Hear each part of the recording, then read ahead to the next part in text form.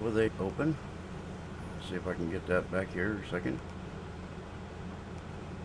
I want to be able to see what people are saying.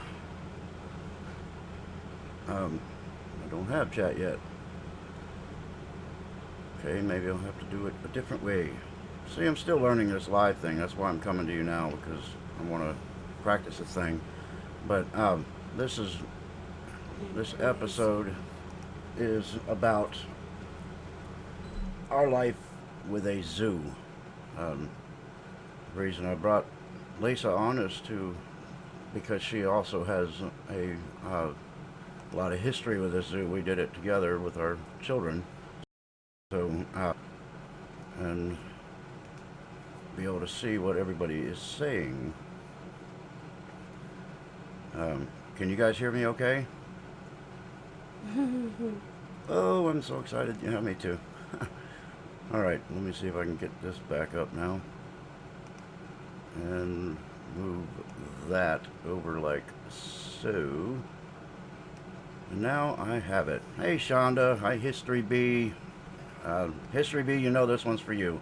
Everybody, this is Lisa. Lisa, everybody. The reason I'm doing this video is because when you're in a position where you experience hardship, where you're unable to do regular work, you have to be creative in finding things that you can do when you can have somewhat of your own schedule. And one of those things is we owned a petting zoo, and I his late 70s and still slinging around 100-pound gate sections and stuff, and he just couldn't do it anymore. So he gave it to me to keep the legacy alive. She did a lot of the care at home. We had approximately 130 or 140 mammals. Something like 50 or 60. Yeah, 50 or 60 different insects from around the world. The giant ones, not little house roaches, but like great big ones. Hissing cockroaches, Brazilian taper roaches. You know, all those things make your skin crawl, but make the kids go cool. Yeah, millipedes, centipedes. We had scorpions, tarantulas. The one thing that I always thought kind of sucked was the fact that I'm allergic to the dandruff that is produced by tarantulas. So when I would hold them for presentation, I had to use surgical gloves so that I didn't get a reaction, and so that was kind of rough, because I always told people to respect animals. Yeah, hissing cockroaches, yes. You know, the ones that are that big, touch the males on the back, they go, you know, that kind of thing. But also we had giant winged cockroaches from Brazil. Yep, they were just as big, but they could fly, so that was amusing. They're very docile. And they're also not prickly like your water beetles that you would find in Florida. Or that's the same with the hissing cockroaches. Yeah, you touch a regular cockroach and their feet just stick to you. Yeah, they're like prickly. So the hissing cockroaches do not. Right, they're just cute and cuddly. And they're sociable. Yeah. As a matter of fact, we used to, when we were set up with our petting zoo at the fairs and the carnivals, we had these little totes, and inside those totes we would put what's called cricket quench, which is a gelatinized solution that they can use to drink from without drowning, and then put in. We also did that for the spiders and for the tarantulas. Yeah, if we had babies, we would sell them. Any of the insects had the quench. Yep. But the thing is, yeah, history be yuck. But the reality is that we've always been animal people. There's not a creature on this earth that isn't supposed to be here. Mosquitoes are there for the consumption of other bugs. Their larvae is actually what keeps tadpoles alive when they're going through their production. So everything has a reason, and not cute and cuddly, V. Well, it depends on your perspective. But here's the kicker: we also had around 70 reptiles of every description. Um, we had, uh, Mostly lizards. well, we had snakes too. We had a Burmese python, Colombian red-tailed boa. We had a, Anaconda. yeah, we had a green anaconda, and she had a bit of a story. Um, she was, when we got her, she had been seized from a meth lab in Arizona, and the people that had her were putting meth into her food. So what they did was they suppressed her size. So at when we got her, she was a couple of years old and just under 10 feet, where she should have been closer to 12 to 14 feet.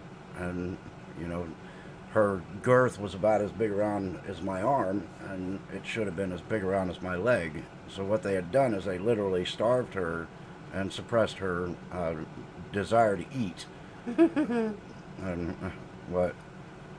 That This is is not a petting zoo. Well, no, you're right. Those were on exhibit. It was a petting zoo and reptile and insect exhibit. So we did, however, have a very tame and well-controlled Burmese python that we used for photographs. Big Ben. Yeah, his name was Big Ben.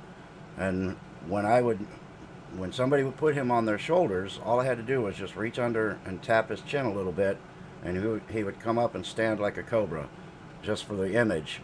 And They knew their names, and they knew when the show was going to start too. Especially when the Burmese was with the anaconda. When we say the show's getting ready to start, anaconda disappeared in his water. yeah, we had a big water bin inside the exhibit where the Burmese python and the anaconda were, and nobody ever believed we had an anaconda, because when we got ready to start our show in the afternoons usually, we would turn on a series of lights inside so that people could see what's going on. And as soon as those lights hit, it was like watching a small child get caught in a cookie jar and then running into another room. The Burmese or the anaconda would just go straight into the water bowl, and all you'd ever see the rest of the night were a couple of nostrils. But the problem we had with her was when we got her, the muscles in her neck that would draw food back had been completely atrophied. They were useless, so she couldn't pull food down her throat like snakes do. The working of the jaw is only part of it, but so we had to feed her When by we first hand. got her, we had to put antibiotics inside a fish Yeah, we fed her to mullet. force feed her. Yeah, so you get We had them. 5 people force feeding her because it was hard to hold her. Well, it wasn't at the beginning. At the beginning, she and I could actually do it by ourselves because the snake was so weak and lethargic. But after almost a year of... She knew her name, and she knew when feeding time was, and she was ready. It was just the both of us. But Yeah. she got really strong. Yeah, she did get to the point where even though she was small in diameter, she was able to move 5 people around because she didn't like being force-fed. This is like watching Harry and Sally. Well, thank you, Joe. Sally, Harry, or Harry, Sally, I don't know. But yeah, it's like Harry and the Hendersons, except, you know, less hair. But this is about all I get, you know, with all this Indian blood in me. If I tried to do the whole beard thing, it would look like something that belonged on a malnourished rat. So I don't grow the whole beard thing. But anyway, the point is, we used that snake to educate children. We used to do shows at elementary schools and libraries. We did summer programs, and our whole point was to educate children on the necessity of allowing nature to exist as it is. And we also used her for drug education because her appearance was a prime example of what happens to people when they get into drugs. So we explained to them that the same things that happen to a snake, even though they're considered slithery and all that, the same thing that happens to them also happens to humans. So in the 1 year that we managed to keep her alive, and we only had her for a year because she did die ultimately, when we got her, she was just in bad shape. But in that year, we may have done 100 shows, and I feel like we reached a lot of children in that time period. We had many kids that we did these shows for. One time we had one little boy came to the fair and he wanted to learn how to hold and get a snake. And he was so enthusiastic. He wanted to learn, so Alex took him on and he did a show. Yeah, I had a little 12-year-old kid and let him do a live show with me, because that's part of what we did, was a live presentation with the reptiles, and it was interesting. He loved it. Yeah. He even got his own snake thongs and all kinds of things that he needs. Yeah, we have equipment for handling venomous reptiles and things like that, and I have worked with venomous reptiles. It's a totally different ball game, not a good thing to be around kids with, so the venomous stuff I did was outside of dealing with children. But just like everything else in life, I don't have fear. I don't fear animals. I don't fear anything. So working with venomous snakes, it never really bothered me. I never even thought about it. I just did what I had to do, and one of those things you have to do is you have to use the right tools for the job, and that's what I did. I made sure that anytime I was in contact with venomous animals, that they are outside of their reach, and that way I could get safe handling. Hey Joe, glad you're over here, man. I appreciate you being here. I'm getting used to this live stuff. History Bee wanted me to do a show about our zoo history, and I wanted to introduce you all to Lisa, because the zoo wouldn't have happened without her. Primarily when I was away doing fairs out of town, she and my daughter would stay home and take care of as many as 100 animals that were left at home for different reasons during our travels. When we're not home, we had chickens, we had goats, we had 2 donkeys. Sicilian miniature donkeys. We had sheep. We had sheep. Yeah, one of our donkeys was blind. Blind. We called him Mr. Magoo. He was born blind, so he didn't realize he was blind. But the really interesting thing was that he did walk into walls a bit, especially when we brought him over to our property from where he used to live, and he had to get used to where things were. But we ended up getting a small sheep that looked like a miniature deer. She never grew. She stayed small. Yep. She become the caregiver of C&I dog, basically. Yeah, she took that Sicilian donkey under her wing, and when it was time to eat, she would go and nudge up against the donkey, and then he would line up behind her, and she'd walk him to the food. And same thing with going in and out of the barn. Always was led by this sheep, and this is something they did on their own. This wasn't animal behavior that we taught them. That animals do things inherently that most people would find unusual. All right, DM. Well, I'm glad you got here. You're welcome to check this out on the playback anytime. But it's just a ramble. I just wanted to let you guys know a little bit about our history with the petting zoo. We had a cow too. A miniature cow. A miniature zebu. She was still a baby, and I had to bottle feed her, but she also had a disorder when she was younger. She had inverted knees. Inverted knees, so when I fed her, I had to make sure to push her knees back every time I fed her, so her legs would be right. And what it and basically... that's pretty common. Yeah, it is fairly common with the cows, especially miniatures, because they're bred down. They're genetically bred to be reduced in size, so they end up having issues sometimes. And the gist of it is that her kneecaps were not tight enough yet with her ligaments to stay in place, so her knees would invert. She would, standing on her front feet, her knuckles on the knees would turn backwards, so you had to force her to stand with her legs straight until those ligaments tightened up enough to keep the kneecap in place. We also had a llama. Yep, we had a white llama. And we had a turtle. Yeah, and we had a 100-pound tortoise that was 76 years old when we got him, and his name was Mr. T. Uh, he weighed 100 pounds and was as big as a manhole cover. Um, During the time that we had this petting zoo, our feed bill was approximately $800 a week, and when we did the fair season, that was our money period. That's when we made what we needed to make to budget for the year. We did birthday parties and we did school shows and things like that. Libraries. Yeah, and we went to public libraries and stuff. So we made a little bit of money throughout the year, but our primary living was done in the last 4 months of the year because that was primarily fair season for us, and we went to the different fairs and carnivals to set up. So we traveled a bit. Sometimes in local deals we got to go together, but in a lot of times she had to stay at home to take care of the animals at home while I was on the road taking care of the rest of it.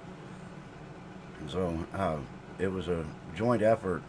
But I want to tell you a couple of the fun things that happen when your life is surrounded by a zoo.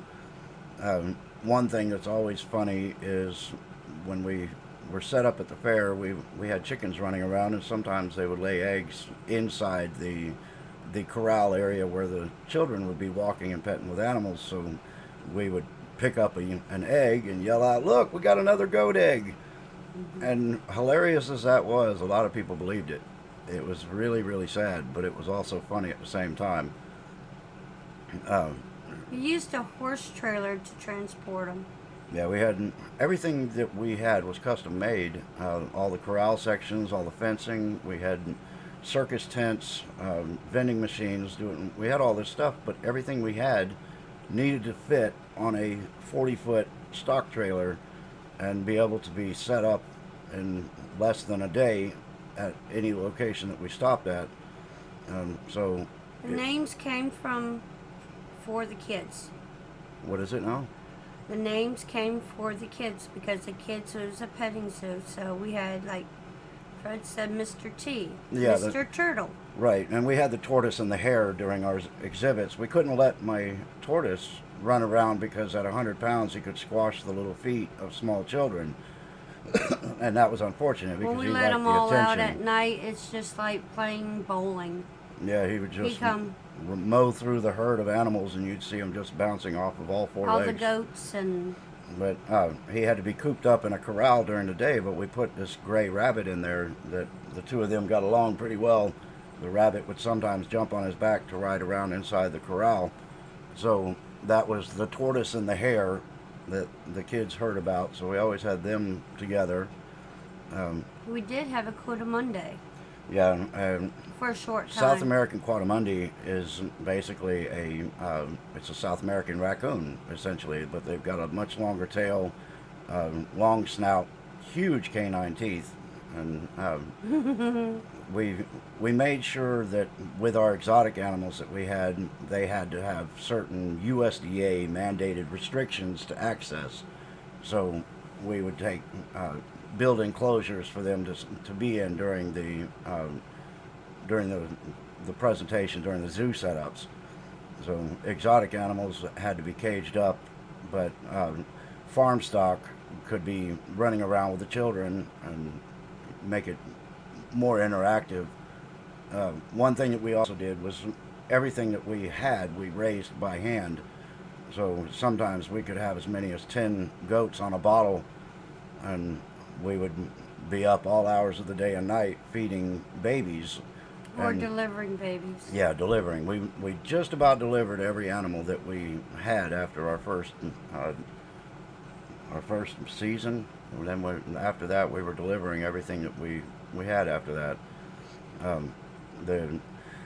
The goats, they always seem to give birth on the coldest night when the low pressure system comes in. So you have typically a very damp, cold, nasty night, and that's when we were always outside delivering baby goats.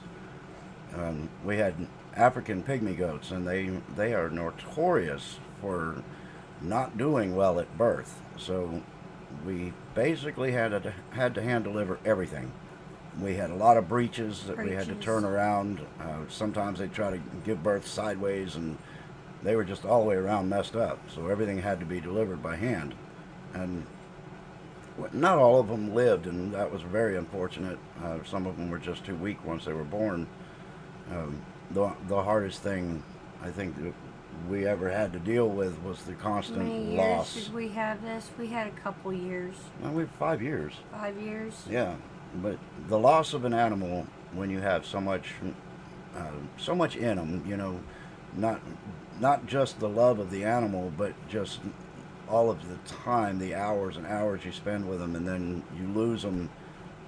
It never got easy. It never got to be something we could just deal with and go, oh yeah, well this one died, this another one, we'll go ahead and bury it. Hey, zombie farmer, that's interesting. We're just now talking about our petting zoo we had with all our farm stock and everything. So Well, we got 5 acres, so we had plenty of room for all the animals. yeah, we had different areas set up. But here's the thing, though: we also had animals that were downright mean. I mean, just nasty. The billies were mean. We had one We real had- bad billy and one Yeah. bad sheep. Yeah, we and had. they'd work together. The reason we had them, even though it was very difficult, was because we also have wild animals out here. Yep. And those wild animals love baby goats. They like our baby chickens. They want those free meals. We haven't And- had an issue though. Well, that's because Others had issues in the area, but we haven't. well, the reason we didn't have the issues is because we were willing to let these animals that we had, these specific animals, not all of them, just these couple, we let them stay as mean as they could be. Because the meaner they were, the less likely animals from the outside were going to come in to harm the animals from our petting zoo. So feeding was a contact sport. My son, You run in, dump the food, and try to get out. we used our son as bait. I know that might be wrong, but he was very fast, he's very strong, and we would send him in to distract this ram and this billy goat that we had. He would get them running circles around the barn chasing him, so we would go inside and handle the feeding.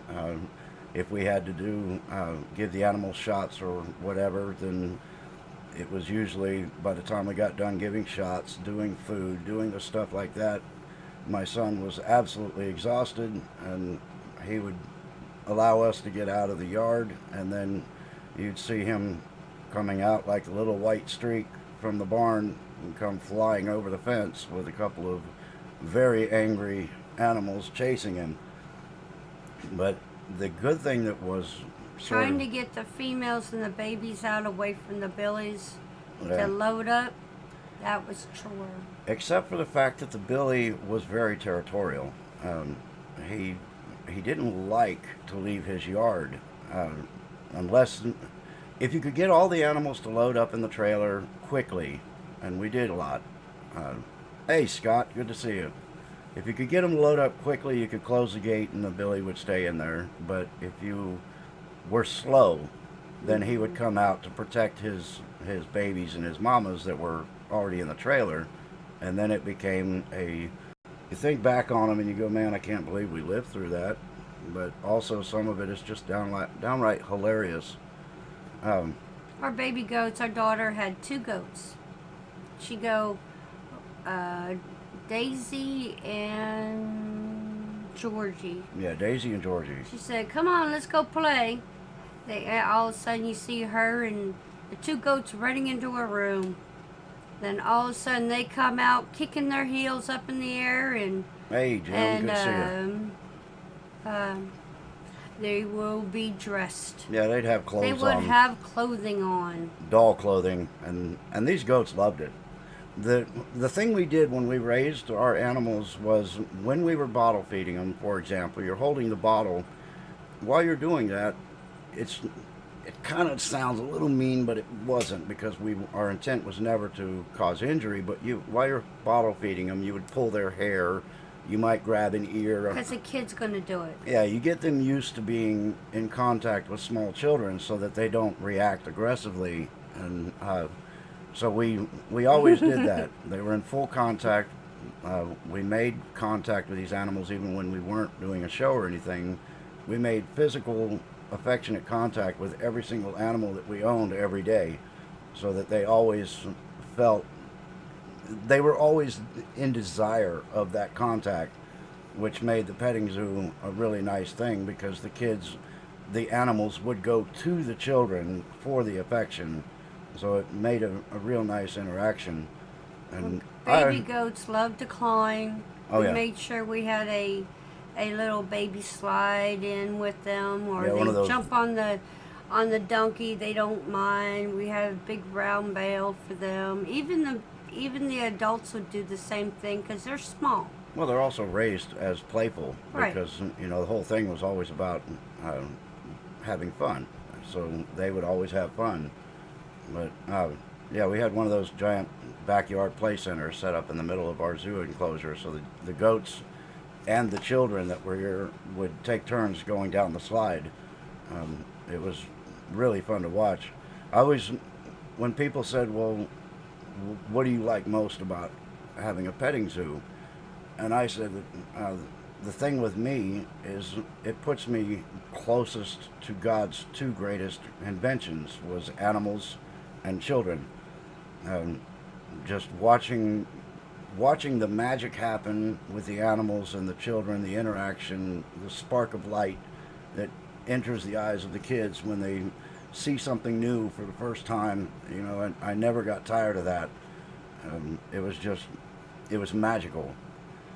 Some kids wanted to go in, but they were scared, so we'd take them by their hand and make sure there's nothing around them, and then we slowly introduce them to there was one little girl at a school in Alabama. She was scared of the goats, so I had her sit on my lap, and I had one of the goats come over, and she was scared, but she got used to it, and I said, they're not going to hurt you. Yeah. She got used to it.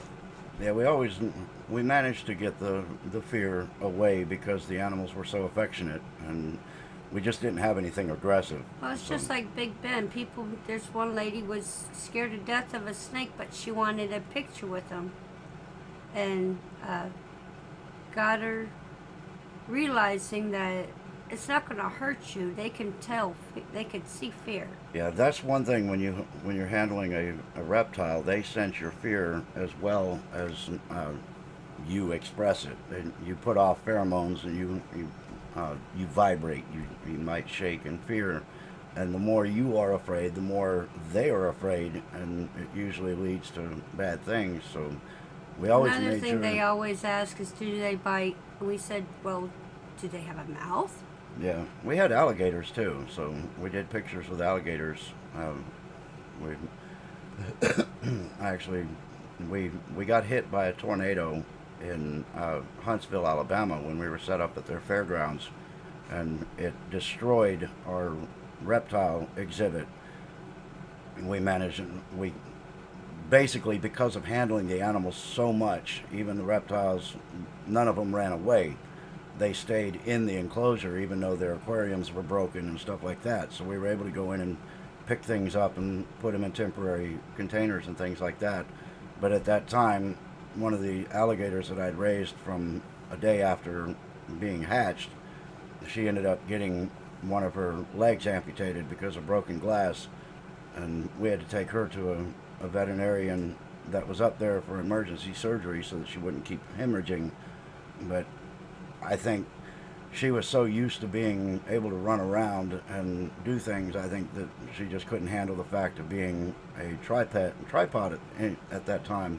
So we ended up losing her a couple months later, and that kind of sucked because I had her for over a year, and she was at the point where I could open her mouth and rub her tongue, things that you can't do A little boy with brought alligators. you a whole clutch, and then the wildlife is going to get rid of them. No, they were gonna kill 'em. literally kill them. Yeah, So he Fish swooped and them up wildlife were gonna and kill 'em. stuffed them in his shirt and jacket and everything, and brought them to the zoo.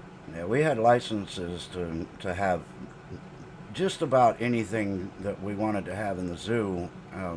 We didn't be completely caged up all the time, and if I'm going to have animals, I want to be able to give them some element of freedom. So we didn't go into the ultra exotics in any way. We stuck with primarily zoo stock, um, low grade exotics like quartermundays and capybaras, the giant rodents from South America. We had a couple of those on. Uh, Snakes are too fast for me. Well, yeah, I mean, there's two of them in Florida. There's the Coach Whip and the Black Racer. The Black Racer is the one that looks like uh, Australian mamba. The Black Racer looks like a mamba. They've got the black mouth and everything. But the Coach Whip looks like a little whip, and they are fast as lightning. So yeah, we've got those here. I catch those and turn them loose around my house as a natural deterrent to mice and rats.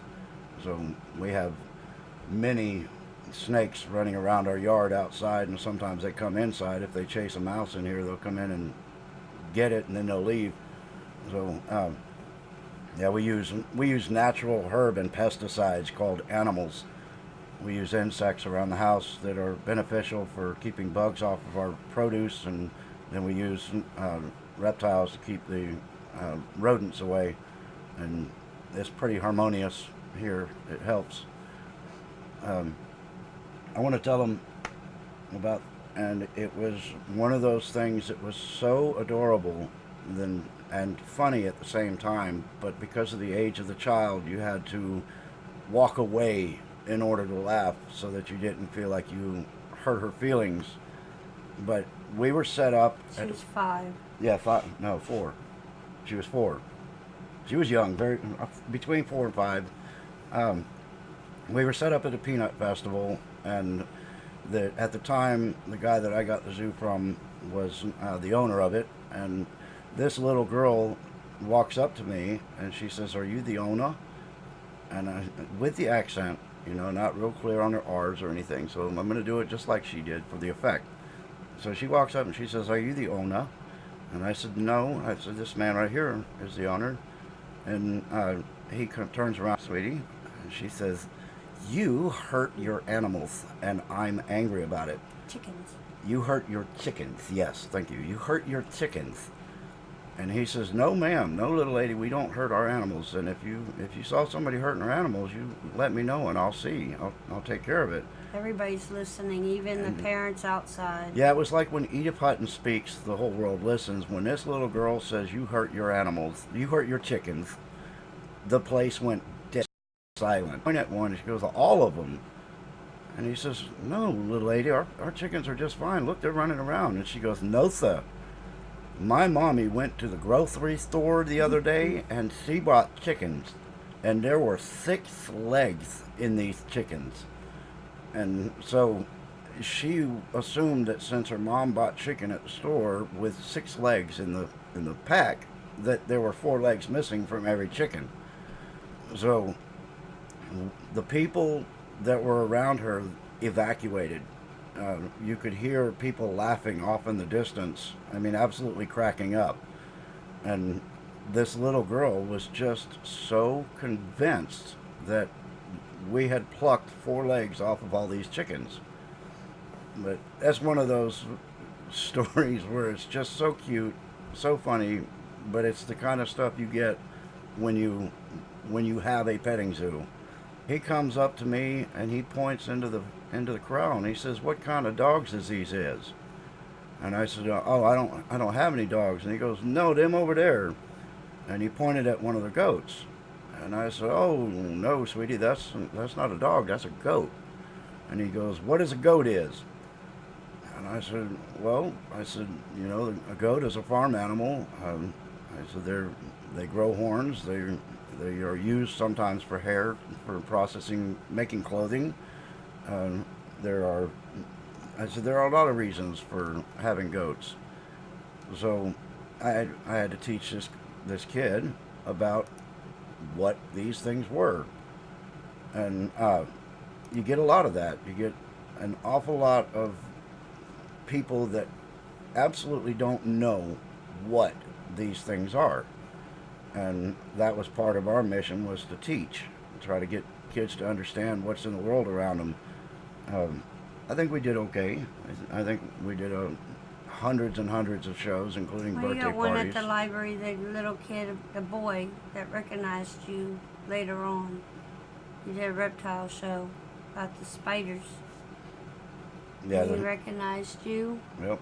And then you asked him, well, do you remember what you learned? He goes, yes, I did.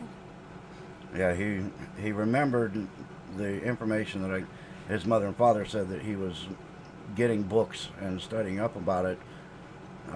Specifically, I think the thing he reminded me of was that when I told them that tarantulas and scorpions are from the same family group, they're both arachnids. That just really surprised him, that two things that are so different can be the same. If I had recorded everything my boys say, I would have the funniest audiobook. Yeah. Kids do say the darndest of things. We've got many, many things that were said. And we also have stories from groups like the PETA. We always had issues with PETA. Oh, that grandfather story. A lot of times they were very aggressive, and they would do things to potentially hurt the animals, or they attempted sometimes. And one thing that we did that was very, very smart was we drilled with our animals, so that when we left a facility, all I had to do was open up a section of the corral and yell out to the animals, load up, and the animals would file in a line into our trailer, and then they would go into their respective corrals and animal carriers and things like that, and be ready for the doors to be closed, and off we go. Come home.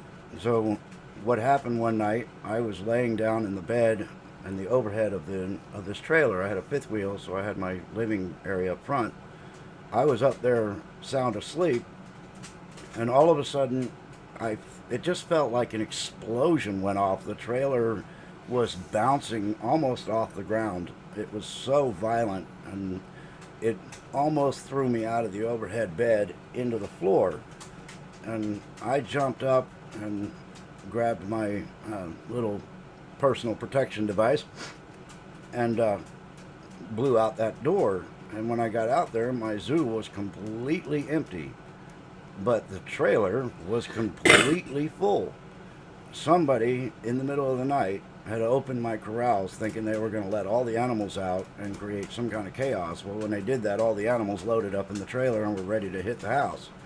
So the next morning, I went ahead and let them sleep in the trailer, and the next morning I called them back out and closed up the corrals. But it was really important to be prepared for PETA, because they're terrorists. They're animal terrorists, and they can be dangerous. But the one story that we have about PETA, we were set up in the Pensacola Fairgrounds, and we had a guy on a bullhorn outside of the entrance of the zoo, literally yelling in the faces of people that this is cruelty to animals and you're justifying it and you guys are evil and all this other. Well, we had a guy in there with his grandkids, and he reached a point of disgust and finally called the guy with the bullhorn over to the corral, and he says, look, man, he says, you're disrupting our family time, and you know, it's really getting annoying. We can't hear each other speak, and I want to make an offer to you. He says, I want to ask you one question, and if you can answer that question, we'll leave. But if you can't answer that question, you leave. So the guy with the bullhorn says, okay, fine, whatever. I'll answer your stupid question. So the guy says, okay, I need you to picture with me. We're looking at a grassy field, nice hill. You know, it goes up, beautiful skies above it. And he says, up there on the top of that hill, you got a cow that's enjoying the sunlight. He's eating the grass, and he's having a good time. Well, then, you know, nature calls, and he does his business. and he puts a pie down there on the top of that hill. And he says, all right, now we've got the cow taken care of. And he says, you come down from the top of that hill and you got yourself a nice little horse, and he's enjoying the grass and he's doing his thing. And then, nature calls and he does his thing and he puts some apples down in the grass. And then you come down to the bottom of the hill and you got a whole herd of goats, and they're all having a good time. They're eating the same grass, they're enjoying each other, and they're enjoying the fine sunny day. But then nature calls, and these guys, they have to do their thing, so they put some raisins down on the ground. And he says, now, here's my question. He says, if you got a cow that puts cow pies down, and you got a horse that puts horse apples down, and then you got goats that put raisins on the ground. All eating the same hill. They're all eating on the same grass. They're all doing the same thing on the same day, sun and clear skies. He goes, why do you suppose that with all of this, they all create a different fruit? And the guy from PETA had to think for a minute. He goes, I just don't know. So the old man says, all right, you son of a bitch, you don't know shit about animals. You need to get the hell out of here. And the guy left. Needless to say, that old guy got his kids, got the money back from his visit, and I gave his kids free food to feed the animals, and he got to enjoy a free afternoon in our petting zoo. But that was the best that I'd ever heard from somebody, and he really did. He did get our place nice and quiet after that, and we didn't have any more protesters or anything. So it was pretty cool. So what are some of the things that you remember specifically? I remember having a storm here in Milton at a fair, and we just started, kids were on the outside just peering in. We picked them up and brought them underneath the tent with the animals, and they had a free zoo. Yeah, we just opened up the zoo. While the storm was there, so everybody could get out of under the storm. We had some doozies back then, but it hasn't gotten as bad. It's just every year's different. Yeah, we've been in some storms. Like I said, we had an actual tornado hit our reptile tent in Huntsville, Alabama. We've had thunderstorms that took a circus tent that was rated for 75 miles an hour and laid it on the ground like it was nothing. So we've had some real doozies. We had people at the ends trying to get our llama to drink beer. We've had people flicking cigarettes in there while they're passing by at night. Yeah, you had the horror stories. Some horror stories. But one thing was our llama. We taught him not to spit, and it's not that difficult. You just don't spit at them, and if they go to spit, you grab the end of the nose and you give it a little twist, and you tell them, don't you do that, and they learn. But with a llama, we tend to have an idiot in every crowd, and you'd have somebody standing outside the corral spitting at him, trying to get him to spit. So we got tired of it, and there were some physical altercations sometimes. I had to take care of a drunk guy one night, and I basically flipped him and gave him a kick and put him out into the middle of the street, and he landed on his back right in front of the two police officers that were roaming the fairgrounds, so that was pretty convenient. But he was intent on hurting the animals. He was very drunk and wouldn't take no, and he ended up grabbing a hold of my shirt with the idea that he was going to hurt me instead of the animal, and it wasn't going to happen. So well, feeding time we got for Fuji, Fuji was our one of our chickens. He was a why am I not thinking of the name? Bantam? No, he wasn't a bantam. He was a white. Oh geez, Japanese silky. He was a Silky. Japanese silky, and he was solid white. But he would ride on my shoulder like a parrot, so it was really funny. But also, we had them trained to take water from a bottle. So these chickens would drink from water bottles. So during when we're set up in the zoo, sometimes I'd say, hey, it's time to get these chickens fed. So we'd grab white bottles because they looked like they had milk in them, and then we'd grab one of these chickens and hold the bottle up, and they'd start using their beak and drinking that water from the bottle. And people just were absolutely astonished that we were bottle feeding chickens. But, so, My pig will also drink out of baby bottle. Yeah, we had a pig. We had a giant pink sow. Never took we her. never took her to the petting zoo, but that's a different story. But we had potbelly pigs. So the one she's talking about wanted to be bottle fed even when it wasn't necessary anymore. It was just part of the contact. Yeah. So yeah, she would do that. She'd eat cookies, sit on command.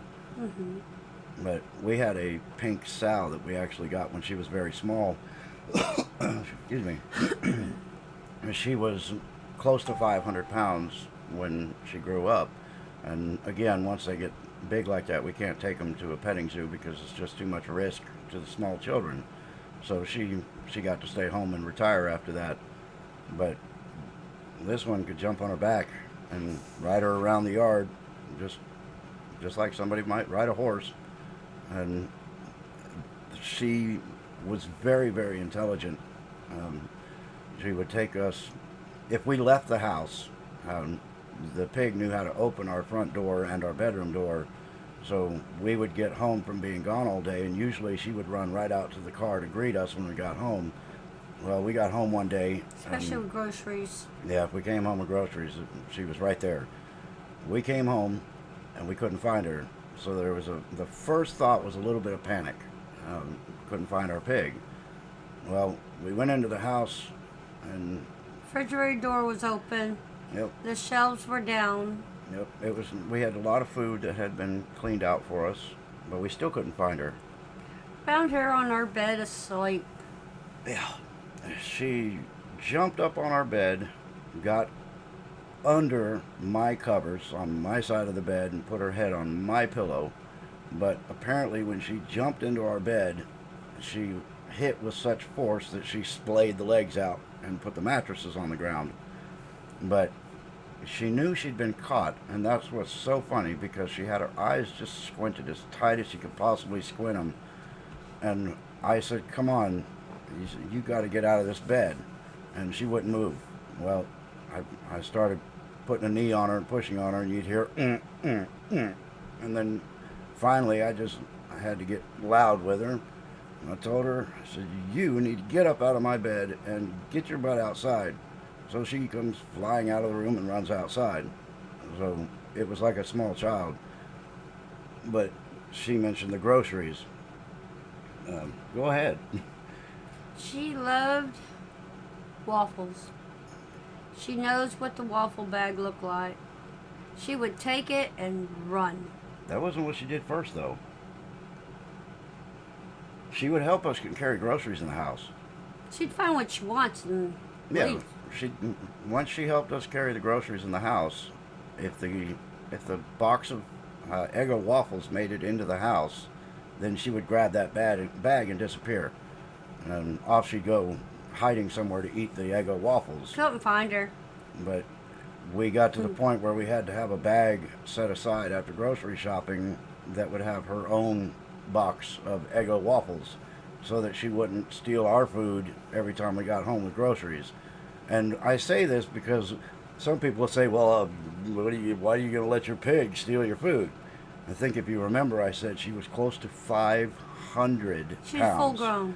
And at that time, when we got her, she was just a baby. She was on a bottle, and she was actually, when we first got her, I was tired of getting her out, letting her out all the time. So I decided to put a litter pan out just to see. And she was small, so she decided she used the litter pan. Nah, I'm okay. Yeah, she got up on her own. She used the litter pan. Ran to it and used it without even being taught or anything. Yep. We ultimately lost her to cancer, Animals get cancer too, so it was that was pretty devastating. Um, she was she was as much one of our kids as one of our kids was. She was very intelligent and very huge. And going back to the 500 pounds, if you want a 500-pound animal to do anything, you ask. You're not going to tell them anything. So you get them used to being asked to do stuff, and then it's easier to handle their activity. But the history with the zoo, for me, goes back to my childhood. When I was 14 years old, I got a job over the summer at the San Diego Wild Animal Park, and through some arrangements that my father made and the zoo curator, some paperwork was signed. My dad wrote my life away for me so that if anything happened to me, there was no recourse that could be done. And after that, they allowed me into the compounds with the animals. And at the age of 14, I was the youngest person ever to be in the compounds with the wild animals. My job was sprinkler irrigation system repair and maintenance. So when I was doing that, I had to dig up sprinkler heads that the rhinos and the elephants would step on, and I had to dig them up and fix them. So going into the animal compounds with all the wild animals running around became just normal to me. But the guy I worked for, actually, my job officially was the landscaper, and my boss saw me one time break out and start running because one of the animals had squared up on me and was getting ready to charge, so I took off. Well, apparently he saw that, and he saw that I was extremely fast, so they gave me another job, and that job was one of the most dangerous jobs I've ever done in my life. It was to get the eggs from the ostriches after they laid the eggs so they could go to the incubator house. The only way to do this is to go running through, scoop up an egg, and run with this egg in your hand. Well, they would take me in there on a dump truck. I would get out of the dump truck and I would take off running and scoop up an egg and basically beeline back to the dump truck. And by the time I got to the dump truck, I usually had one or two males behind me at full tilt, ready to catch me. They can do 30 miles an hour. I can't. All I have is the element of surprise. At the time, I could maybe do 20 to 25 miles an hour, which is really, really fast at the time. I used to be a little rocket. But this one particular time, my boss decided it would be kind of funny to let one of the ostriches get some revenge. So he took off with the dump truck, and I'm standing on the running board on the side holding onto the mirror. The ostrich is running alongside the truck, so the guy slows down just enough where this ostrich reaching forward could pinch me in the ass a few times. And I'm going yipe, yipe, yipe every time he bites me because they have a pretty good set of beak there. That's a good chop. And this man was absolutely almost wrecking this truck laughing. So he had his fun, and my daily activity continued after that. But one of the jobs that I had that I found to be had the most effect on the rest of my life was taking care of a full-grown male rhinoceros. About 5 minutes. Okay. His name was Dinky, and he was a African white rhino, and when the zoo got him, he wouldn't eat. So nobody could figure out why. He wouldn't drink from a bucket, he wouldn't eat. And finally one of the handlers at one point just took a handful of hay and said, "I wish you would eat," and put it in his face, so he ate it. So he did it again, and sure enough, he ate everything. So it turned out that this white rhino had been hand-fed, and unless he was hand-fed, he would not eat. So my first job in the morning was to go to this giant rhino and hand-feed him. 2 buckets of grain and a bale of hay, and then make sure he got water. I would hold the bucket up for him, and he would drink the water out of it, but he wouldn't drink the water out of it if the bucket was on the ground. So that was my first job of the day, and all of my antics with the animals at the animal park kind of led me to a point where opening a petting zoo kind of seemed normal. The zoo was called Pet Our Pets Petting Safari, and I know there are still some pictures online of it. The original name of it was Pet Our Pets, and we added Petting Safari after it when we took ownership of it. But if you look that up, you'll see some of the images online of us set up at some of the fairs and festivals. But anyway, you got anything else of good All our memory? reptiles never ate meat. Oh no, we never fed them blood meals. That's a good point. We always packed. We bought sausage skins, and we would pack them with pedigree dog food, and then we would feed Sometimes them. we just put it on a plate. We opened up a can. Well, the lizards. We yeah, had one lizard that loved mixed pedigree food. with the peas in it. He would eat the peas first, and it's a meat eater. Yeah, he was. Why do you think it ate the peas first? African Savannah Monitor. Loved the She peas. loved the peas. Yep. But yeah, the Always lizards. ate the meat last. He always pushed her aside and got his peas first. Yep. But the lizards always ate pedigree dog food, and the snakes we would use sausage skins for the same thing. We'd pack it full of pedigree dog food and then feed them with that. The reason we did that is because, again, Higher in protein. petting zoo. Everything that we did, we wanted to make sure was 100% safe for people. And if somebody somehow figured out how to reach into one of the reptile enclosures, then they could potentially get bit, because if you're feeding an animal live food, they have a tendency to strike, because they have to. They got to hit whatever's moving in their cage so they can coil it and eat it. Well, not feeding them live animals and not feeding them blood food was a way of keeping them civil. And that's why I was able to do things like rubbing the tongue of my alligator. Alligators work on reflex primarily. Their mouth will snap shut if you rub their tongue. But I raised her and got her used to contact in every form, to the point where if she had her mouth open, I could rub her tongue. And all of that has to do with conditioning and the food you give them, the care they receive, and everything. So it was a fun life. It was a great experience. Yeah, Savannah monitors can be very aggressive. Yeah, they can, but with this one, I could actually hold a piece of meat, and he would just come up and take it with just the very tip of his mouth. Our animals were very civil. It took a lot of training. We had one iguana, but she had a disease when she was younger. Stubby. Yeah, Stubby.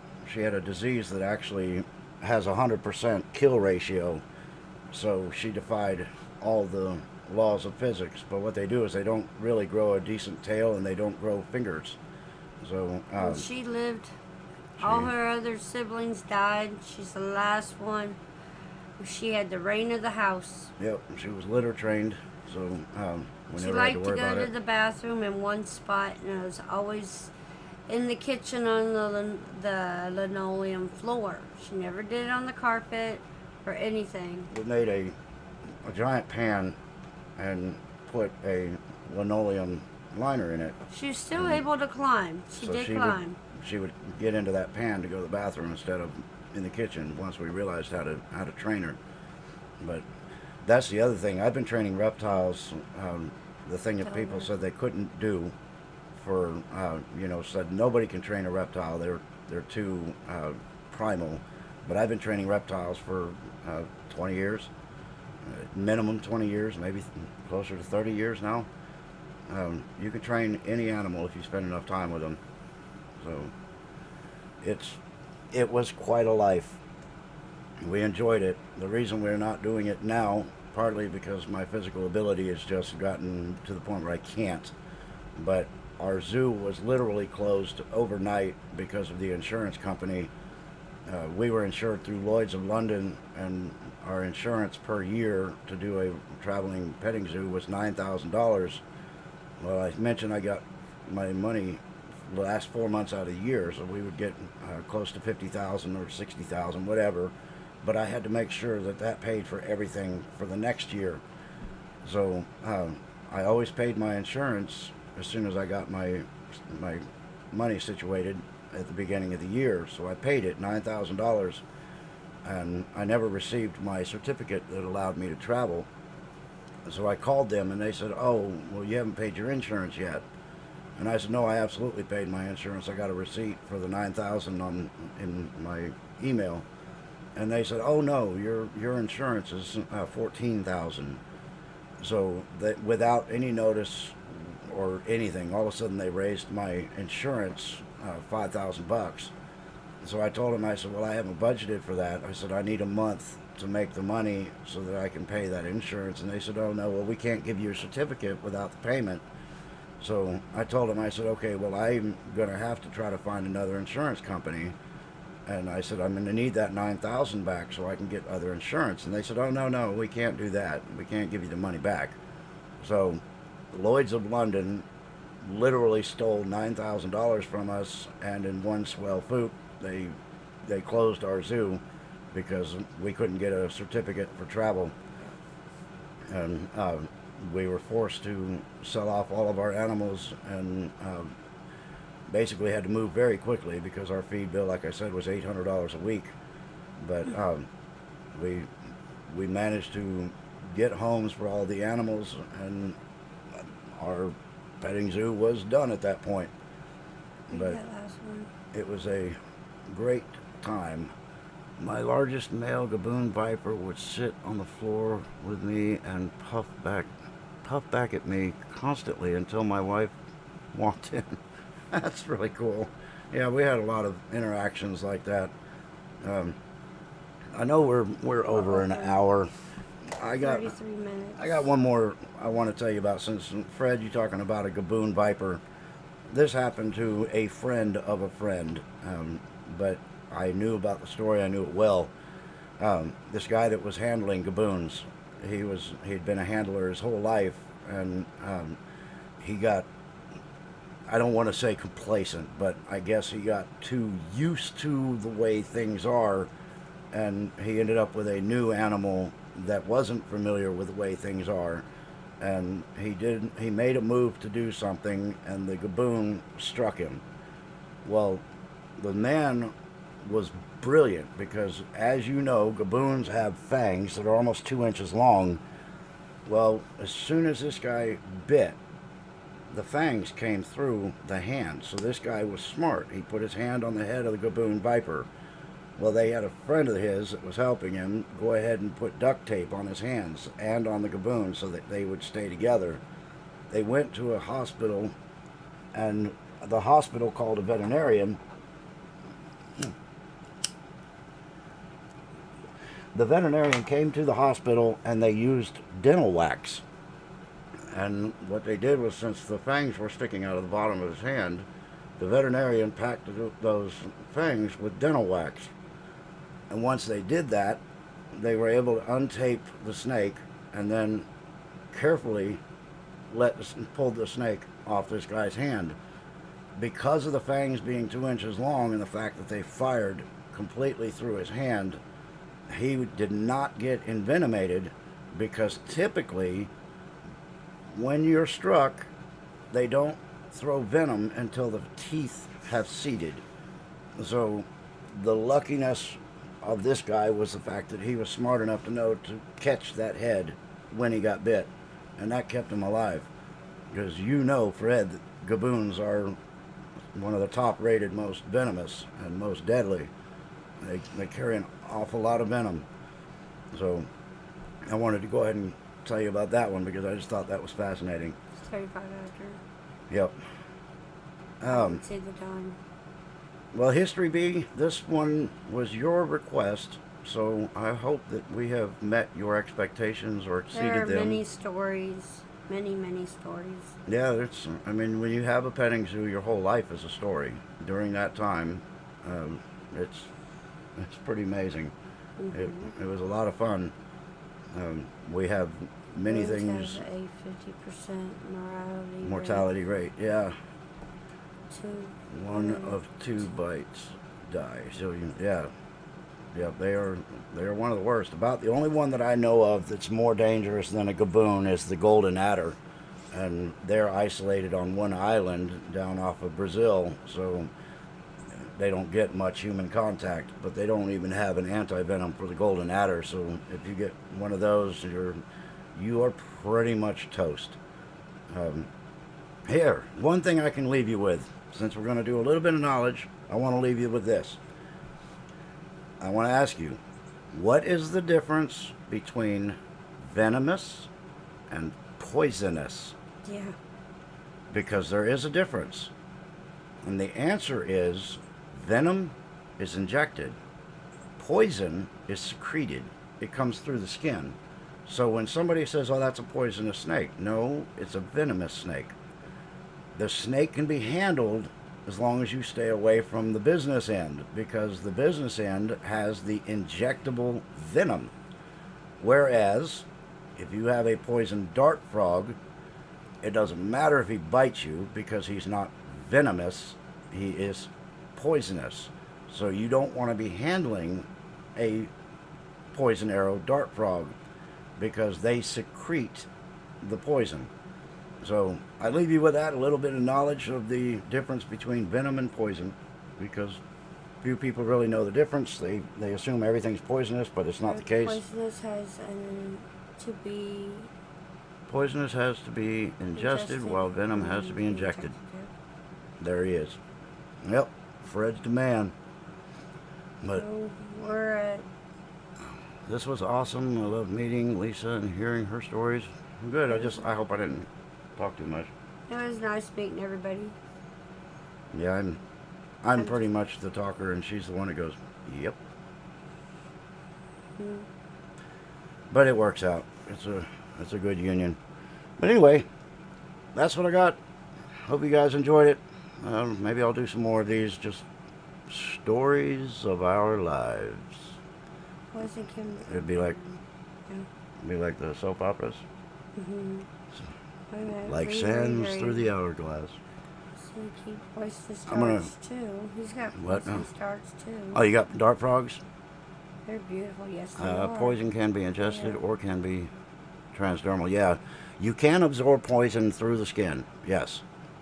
Depends on what kind of poison primarily. But all of these smoking patches and stuff like that, the reason they work is because they're actually going through the dermal layer and into your body through your skin. So yeah, that's a good one.